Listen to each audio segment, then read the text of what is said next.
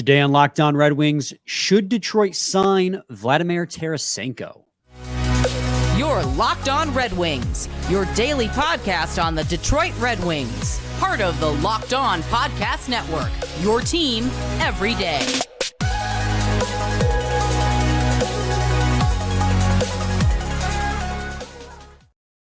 Welcome back to the Locked On Red Wings podcast. We are your hosts, Brian Fisher and Scotty Bentley. I'm a podcast producer for the Daily J, a WWJ News Radio podcast, while Scotty's a host over at Locked On Tigers, as well as a freelance journalist for the Detroit News. And today's episode is brought to you by Gametime. Download the Gametime app, create an account, and use code LOCKEDONNHL for $20 off your first purchase.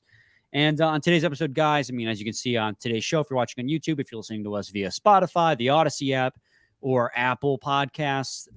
Today's show, we're going to be talking about Vladimir Tarasenko, whether or not it would make sense for the Detroit Red Wings to sign him. And then segment 3, we're going to be finishing up with a how do you feel about it Friday. But before we get to any of that, a little bit of a news and notes, kind of a follow-up on things we've talked about in previous episodes. More came out about Blake Wheeler and Pierre-Luc Dubois and Connor Hellebuck just reaffirming that they'll probably not be on the team come next season. And Winnipeg wants players now back to help them compete for a Stanley Cup. So that just more or less reaffirms the conversation we had the other day. They're not looking for picks and prospects unless they're NHL ready and they're looking for players in return. Yeah. And, when we broke down a lot of those guys, that was kind of the assumption we were under. And thankfully the conversation we had was kind of based around that anyway. So good job for us, I guess. Pat ourselves on the back on that one. Right. And reaffirming just kind of what we already knew mostly. And then the other news and note was Alex DeBrincat. It sounds like the Ottawa Senators are going to take him to arbitration. We mentioned on the episode talking about a potential trade to Detroit that he was an arbitration-eligible RFA, restricted free agent. Now, I was surprised at first when I was like, oh, they're taking him to arbitration. Like, he wants to leave. Like, he doesn't intend to sign there. But then once I read more, it made sense. This is similar to what the Flames did with Matthew Tkachuk last year. They take them to arbitration because, on one hand, this prevents other teams from offer sheeting Alex DeBrincat. In arbitration, you can't be offer sheeted. Also, on top of that, what it means that his qualifying offer is $9 million, I believe I saw. Taking him to arbitration means that they could potentially sign him for 15% under his qualifying offer. That means that they could sign and trade him at a discount, in air quotes, which could help his trade value because he'll be on a less value deal than what he was set to be paid via qualifying offer. That doesn't mean it's going to happen. I believe last year Matthew Tkachuk got dealt before the arbitration went through. This is just kind of a way to extend the trade window, so to speak, without any repercussions coming from a offer sheet. He's going to get dealt. It sounds pretty much set in stone at this point. Yeah. And also just for them, like if they win arbitration, then there you go. The contract's lower. Like it's really, that there's no reason obviously not to, and they're going to trade him. So they need to at least take him to arbitration so that he's on their team. So they're just going to, I would imagine they're just going to give a ridiculous lowball offer to the arbitrator and we'll see, I guess, who wins if assuming that he's not dealt before the hearing. Yeah. And I fully expect him to be traded at this point. And I would fully expect Steve Yzerman to be involved in those talks. Now, whether or not it comes to a head and becomes anything remains to be seen because it's an in-division rival, and that's a really hard thing to pull off in the NHL. Not to say it can't happen, but I think Steve Yzerman is going to be picking up the phone and giving a call saying what's it going to take to get this Michigan native back home, especially with his skill set. Absolutely. All right, Scotty, you ready to move on to our main topic on today's episode? I am. I'm very ready. You're very ready. All right. Vladimir Tarasenko we've been talking a lot about when it comes to these free agent conversations, guys we think would be good fits, but I think we'd be remiss to not talk about other big names in the free agent class. And Vladimir Tarasenko is one because at one point it seemed like Vladimir Tarasenko, and for a short flash, he was going to be a star in the NHL. I believe he had at least one 40-goal season. Let me double check on that. He had one 40-goal season, and he's had five 30-plus goal seasons under his belt. His career high in points is 82 games, or 82 points, rather. But his big detriment to him is the fact that he has struggled to stay healthy largely throughout his career. When he is healthy, he's dynamite on the ice. This season, he only played 69 games played, again, battling some injury issues, but he did have 60 points. His goals 50 points, rather. His goals took a hit and his assists took a hit. But, this is a guy who a lot of people are going to be talking about in the NHL just because of brand recognition, name recognition. At one point, Vladimir Tarasenko was looked at like he was going to be a stud. And he was, like I said, for a hot second. But the injuries just happened. Scotty, at 31 years old, does a team as desperate for scoring like the Detroit Red Wings are take a gamble on Tarasenko? I mean, I'll be honest. I think the fit is darn near perfect. It's just a matter of how much you're willing to pay him, which I don't want to be like a broken record and just say that about everybody, because that's kind of, Captain Obvious-y. Like, yeah, like we're not going to, if you pay him 15 mil, most people are going to be upset. You know what I mean? Like, at the end of the day, it's always going to come down to that. But I mean, he's been at a 7.5 mil cap hit for the last almost decade, for the last like 7-8 years. So if you're around that, some ballpark around that, I would imagine that's decent value if he can stay on the ice. And obviously the big question is, he's 31. He'll turn 32 about halfway through this upcoming season. Is that a risk that everyone's willing to take? I mean, it's hard not to be okay with. Like, this is a guy that in every single year he has played over, every year but one, that he has played over 60 games in his entire career, he scored over 30 goals. Like, that's obviously great. That's something that this team needs desperately. And certainly the last 5 years have not been as productive as the first 7 or 8 because of the injuries and the age and whatnot. But like this year was a 70 games played, 50-point season. I mean, that's not fantastic production. That's not 7.5 mil AAV at his age, given the track record and everything. But if the money gets chopped and you're confident that he's going to stay on the ice, like I have a hard time saying no to it. But I mean, there are 2 big clauses there that I just gave as well, I guess. I'll be honest. Like, I mean, this is the situation with every time we have this conversation. Like, the answer is yes, given if this specific thing happens, like if it's a short term and the money is not 7.5 mil, I don't think he's going to make that much because, like you said, the last 5 years, with the exception of last season, he's been out all year with injury.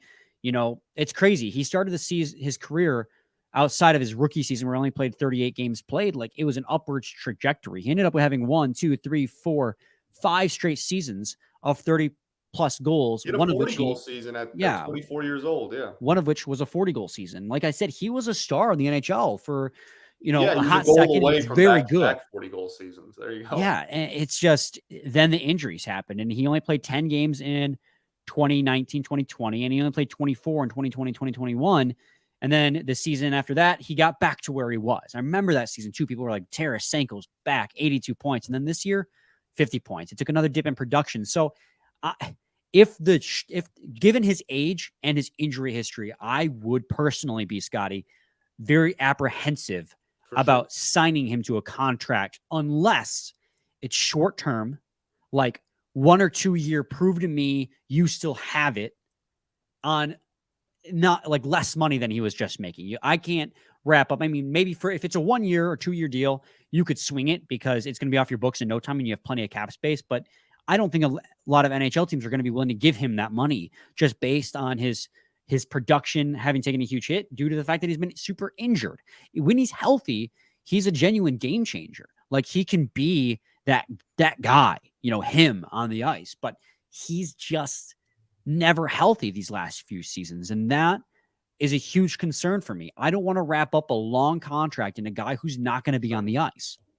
Yeah, and yeah, age and injury both definitely play into effect. I think everyone is pretty much on the same boat there. So if we assume that it's a shorter term, 2, maybe 3 years at most year deal, I'm curious as to what the AAV would have to be for us to be like, okay, we're okay with this, right? Because again, like we said earlier, if it's 7.5, I would imagine that's going to be the starting point for him. I can't imagine a team's going to give him that. So it's just going to trickle down. Like, at what point are you comfortable money-wise per year saying, okay, I'm willing to do this for 2 or 3 years? Yeah, and I'll give you what I think, but first I got to talk to the people today about Birddogs. It was a pro transition. Thanks, man. I've been practicing. Not really. Birddogs make you look good. Their stretch khaki shorts are designed to fit slimmer through the thigh and giving you a truly sculpted look. Birddog shorts do the exact same thing as Lululemon, but fit way better. They fit so much better that regular shorts that are made of stiff, restricting cotton just will never feel the same. Birddogs fixed that issue by investing cloud knit fabric that looks just like khaki but stretches so you get a way slimmer fit without having to sacrifice the movement. They use anti-stink, sweat-wicking fabric that keeps you cool and dry all day long. Now, I talk to you guys all the time about Birddogs, about how much I love them, and that's genuine truth, man. They sent me 2 pairs, one that was a cotton blend, one that was a polyester blend, and I love them both. The white cotton blend khaki shorts that they sent me, Scotty, are perfect for these summer days. Well, I say that. I look outside and it's thunderstorming right now. That happened apparently at some point since we started recording. But when the sun's out, you bet your butt those guns are out. And by guns, I mean Birddog shorts. I am not funny whatsoever.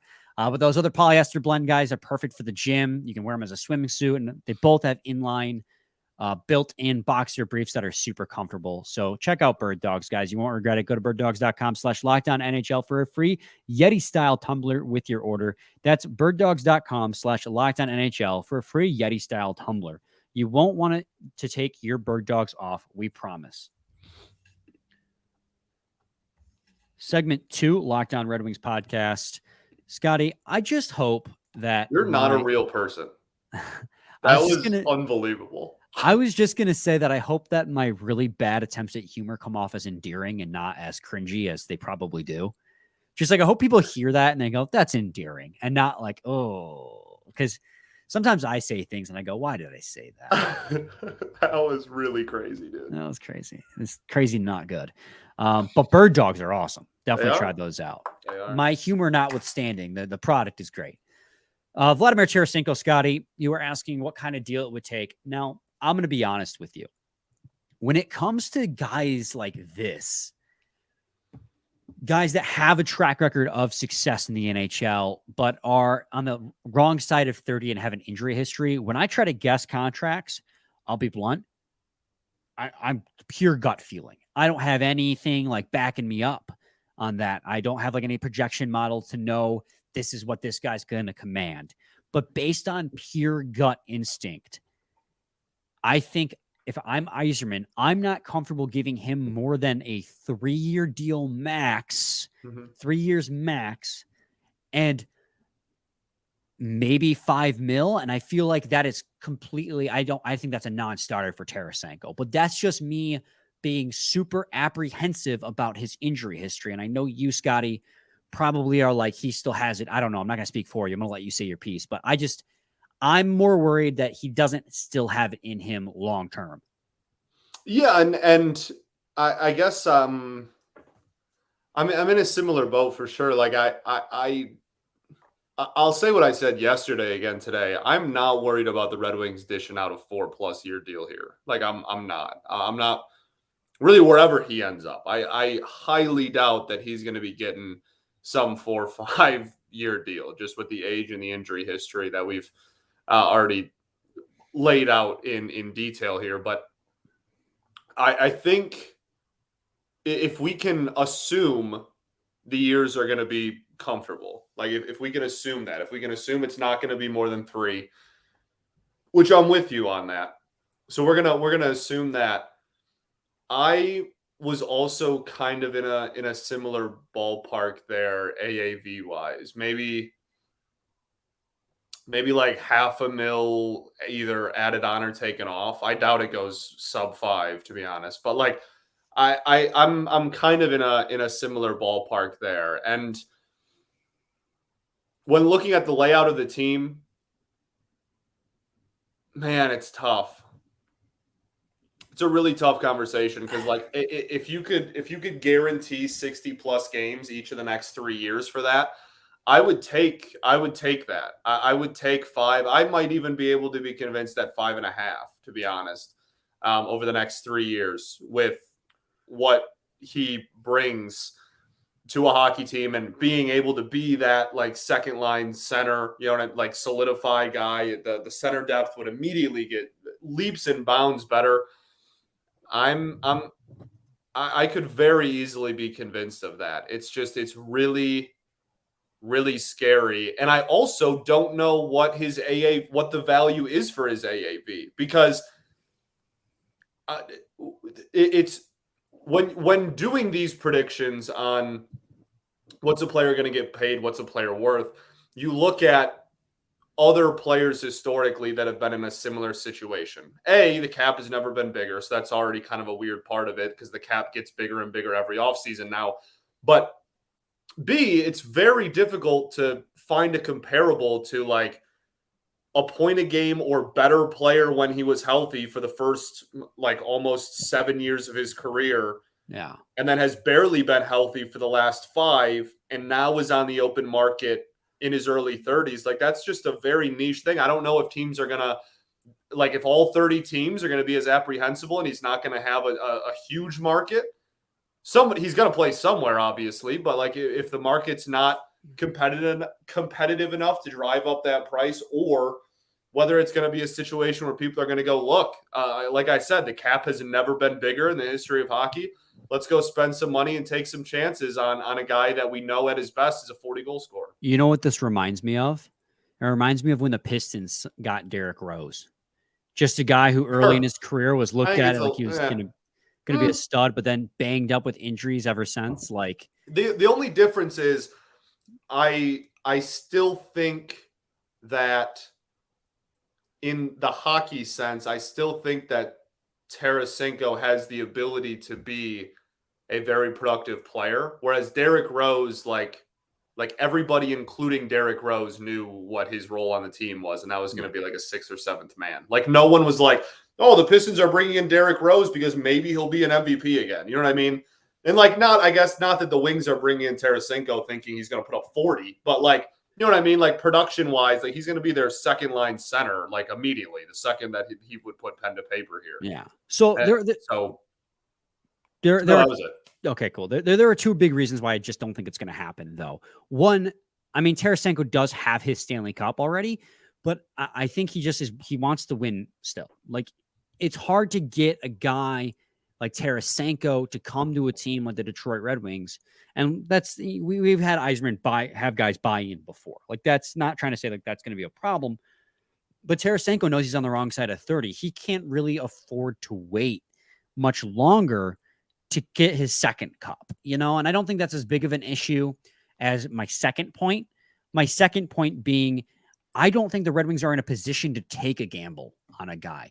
The only situation where I would see this being a guy the Red Wings are signing to try and make work is if they swing and miss on every trade target this offseason and they need a guy they think can be a goal scorer. I don't think the Red Wings are in a position as an organization trying to take a step forward right now to take a swing on a guy who might be too banged up to put 30 goals up ever again. Like, even if it's just a short 2-3 year contract, the Red Wings need somebody who has done it and who has done it recently, not 5 years ago. I mean, granted, he did do it recently 2 years ago with 34 goals in his defense, but that's one season out of 5 where he's been banged up with injury. And it's just, I think the Red Wings are in a position now where they need somebody who can do it right now. They can't really afford to take that gamble on a guy who has been more injured, who's been more off the ice than he's been on the ice in recent seasons. Yeah, I would say that for the price that we're discussing, I agree with you. I do think that if the price gets low enough, then they are. I think that because we have so much cap room, But this isn't like, oh, you have one free agent this offseason like a lot of other teams and you better hit on them. Like the Wings could go out and sign 5 free agents and still have cap left over. Like that, you know what I mean? Like they need to spend 8. Right. Like they're not even at the floor presently. So like I do think that there's a price where if it goes low enough, I would be all for the Wings. Like if we're on here a month from now and Tarasenko signs with the Wild, and it's like, oh, he signed a 3x3 deal where it's like $3 million AAV or something ridiculously low. That's again not going to happen.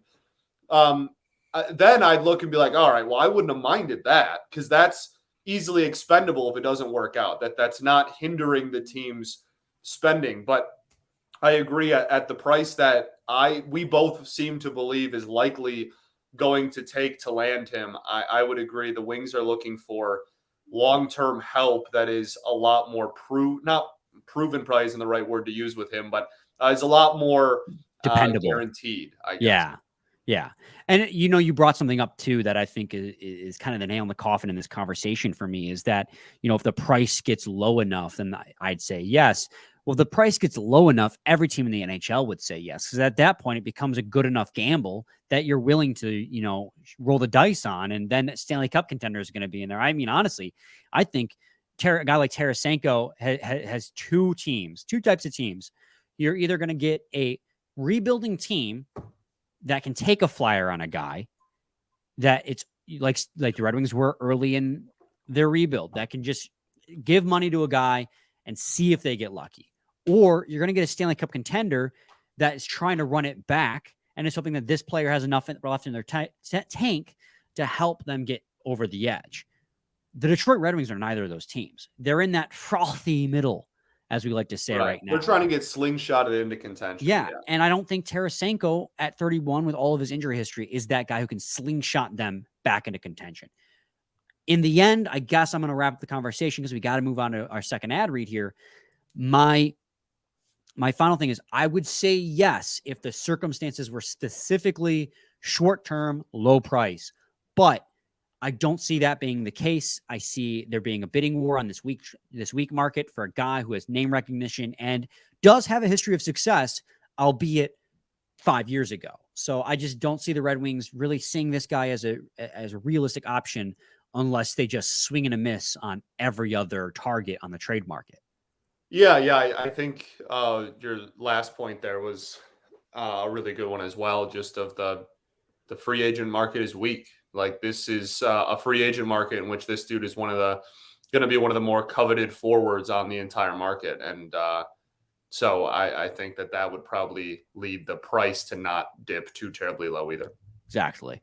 We're going to take another quick break. And when we come back, we're going to finish off the week with a how do you feel about it Friday. But first, I got to talk to you guys today about Gametime. Gametime is the place for last-minute ticket deals. Forget planning months in advance. Gametime has deals on tickets right up to the day of the event. Get exclusive flash deals on tickets for football, basketball, baseball, concerts, comedy, theater, and more. The Gametime guarantee means you'll always get the best price if you find tickets in the same section and row for less. Gametime will credit you 110% of the difference. It's the fastest growing ticketing app in the country for a reason. Get images of your seat before you buy so you know exactly what to get when you arrive.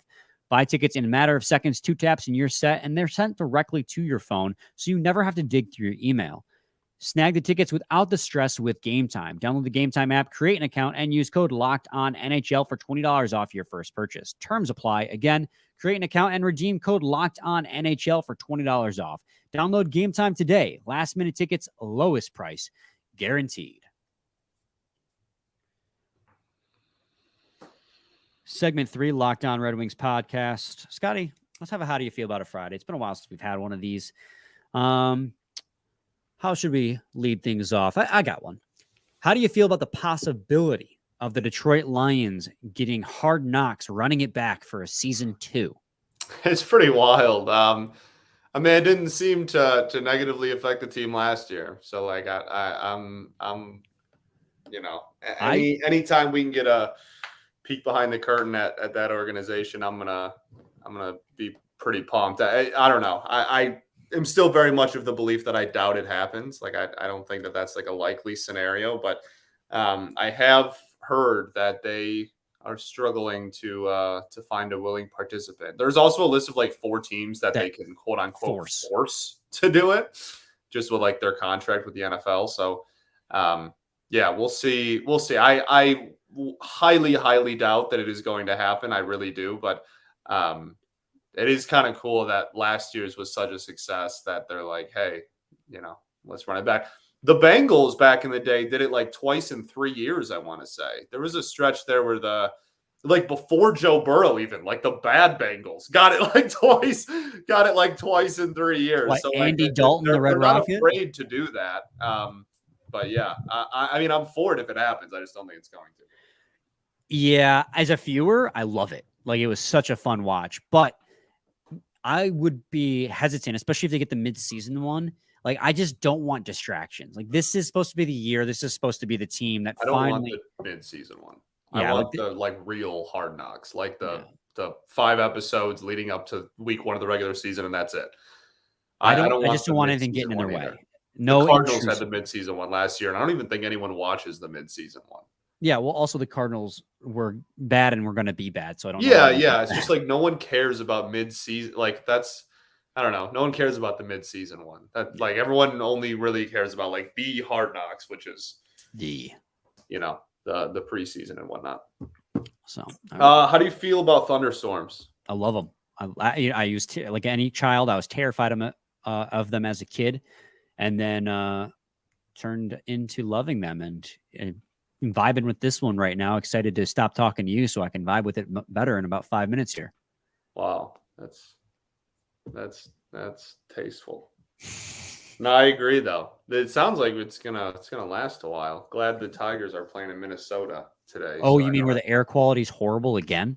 Worry about it rain out. Yeah, I know. It's just because now we have a Western Canada wildfire that's bringing smoke. Right, all across the continent, all the way back over now. It's insane, man. But I mean, hopefully they get some of this rain. That's the reason why there's all these wildfires is that it didn't rain on the continent of North America for like a month straight. Yeah. Like no one had rain for like literally a month. This is our first real thunderstorm. It's the middle of June. Yeah. But yeah, you're right. It is. I don't remember having any in May. We had one, I think yesterday, actually. This is the second day in a row. We had a little obviously, whatever. Then the Tigers got rained out earlier this week. So this week, I guess I should say, is like the first like real rain we've gotten, which is wild.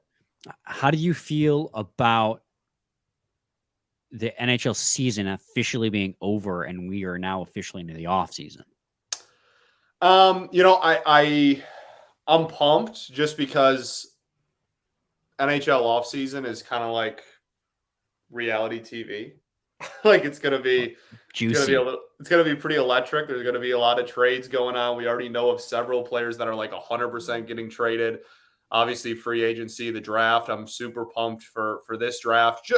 Red Wings especially. But the one thing that I had this thought earlier today when I was listening to Armando, the Locked On Panthers host. I was listening to his show, like first show post, Stanley Cup and him just kind of recapping the season and whatnot. And I was just thinking like,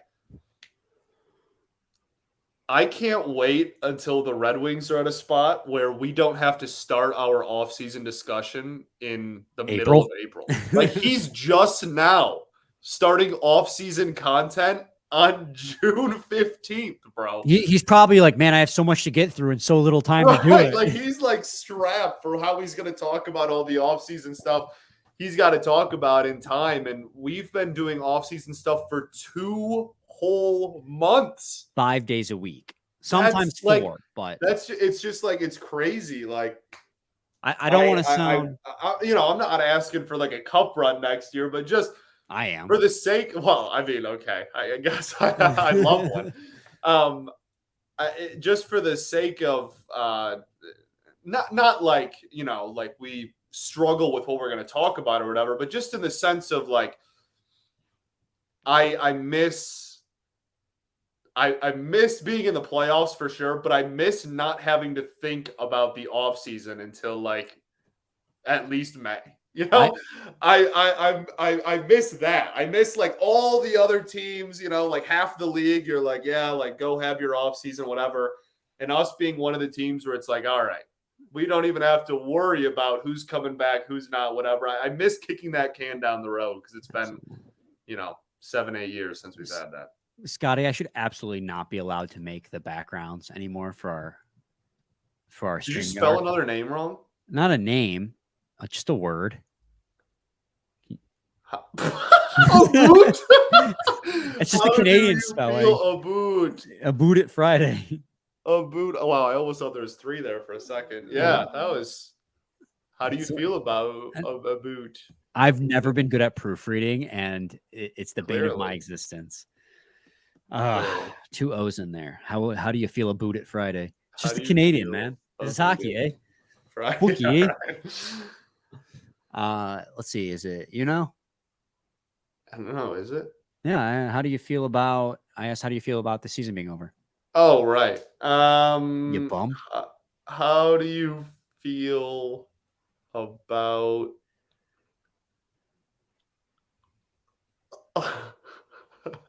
I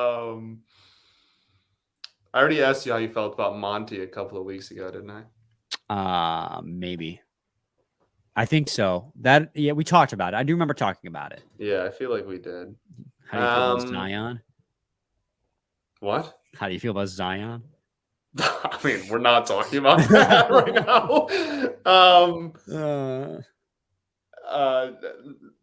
Yeah, no. You're nothing right now, rattling around in your head. I have nothing. Let me check my phone. Check your phone. How do you feel about? There's nothing on here. It's dry. That's what. Guys, what's your favorite Tigers logo ever? I think it's the top one. I think 1968. Yeah. Yeah, that one for sure. I love that one. Yeah, I think that's mine too. Yeah. The Old English D is cool, but the Old English D is like a brand of like the city. Yeah. Honestly. Like it's like it'll never change. Thank goodness. I love it more than anything in the world. But as far I don't even really view it as like a logo anymore. Like, does that sound weird? Like I don't even like it is, but I don't even really I get you. View it as the logo. Like that's just like the brand of like the city of Detroit. Like Tiger logo, I have a soft spot for this one because of like my childhood in 06 and everything. But my favorite, I think, is the 60s one. And then the crack Tiger is obviously goated. Yeah, just like have you ever seen the first ever one? Yes. The red, just like looks like a 5-year-old just like drew a red outline of a tiger. That one's you know what's crazy too? Is like we've had good art as a species since like the 15, like I mean that's generalizing, but like the Renaissance era, we've had amazing art for centuries. And then professional sports like teams. Egypt, like like and then professional sports teams like ever pretty much. Professional sports teams are just out here like this is a tiger. Like, in the 20th century. Like it was early, but like it was in the 20th century. It's like it's not like art got invented in the last 50 years. Like you're telling me it's legit like the owner bought the team and is like, crap, we need a logo, and just like, scribbled on a piece of paper as best he could. Literally. And he's like, print it. So funny. All right, buddy. Well, let's send this into the weekend. What are your final thoughts? We ball. We do ball. We'll be back with a new episode on Monday. Stay tuned for that. Same time, same place. It's your team every day. Every day.